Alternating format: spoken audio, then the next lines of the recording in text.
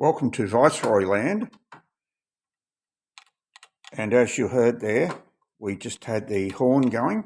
We thought we'd bring you this slight update in that the screen is now in place on it. In the next video you will see it starting. But there's been such a tremendous response to the original video I put up, I thought I'd show you a couple of other features. So here's the screen on it now. You heard the horn go, so you know the battery's charged up. Lovely screen there.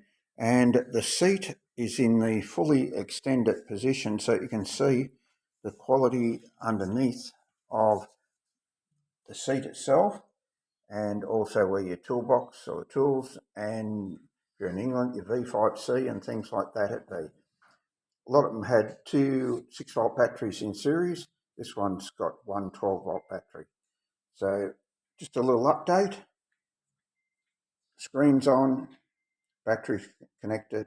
So in the next video, it'll be a case of starting it. So that's the Velocette Viceroy that you too can see on the, if you're in Australia, Saturday the 5th of November at the motorcycle show as part of Coffs Festival of Motorsport, Level 3, Park Beach Plaza, Coffs Harbour, New South Wales. Will be one of probably a couple of hundred bikes there.